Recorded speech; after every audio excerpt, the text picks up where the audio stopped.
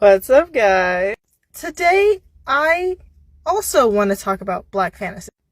Last week, Brother-host talked about Black fantasy, and he showed some of the art that I had drawn of Black fantasy. And I've just been thinking about that as a concept. Like, this is my biggest secret, don't tell anybody. When I was in high school, I really liked the Winx Club. Like, I really did, because it was fun, and it was bright, and it was colorful, and it was magic, but like playful magic, and like nothing bad truly really happened, but it was like there were always stakes, and it was exciting. But part of me felt like I shouldn't actually be liking this stuff, like it wasn't for me somehow.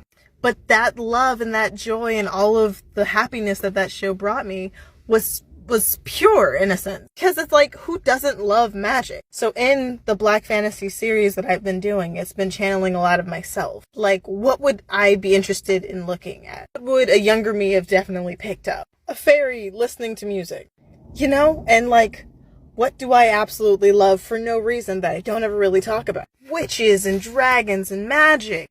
I think Black fantasy is so interesting because as a concept, it's not that intricate, but an execution would be absolutely excellent. Think about it. Black witches, warlocks, vampires, werewolves. Melanid would still exist as a vampire, fun fact. But then there are different routes because the aesthetics can change while all still reflecting the same, like, underlining blackness. For me, a lot of my inspiration came from, like, Wakanda, but it can be so much more. Black fantasy has this creative outlet already built into the culture. It's any and everything, and I would love to see more of it. Ever since I started drawing fantasy art, I've seen more of it on my feed, and all of it is interesting, but I thoroughly enjoy creating and making things I had never seen before. It was such a fun experience, and then I get to interesting and wild stuff. That's not really anything, but it's everything because it's fantasy. Like, I really like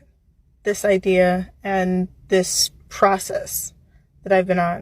But more than that, I would love to see it real. I would love to see and hear the stories that could exist if Black fantasy became a more public media and a more present thing. It has a singularity that I think would be very interesting to see.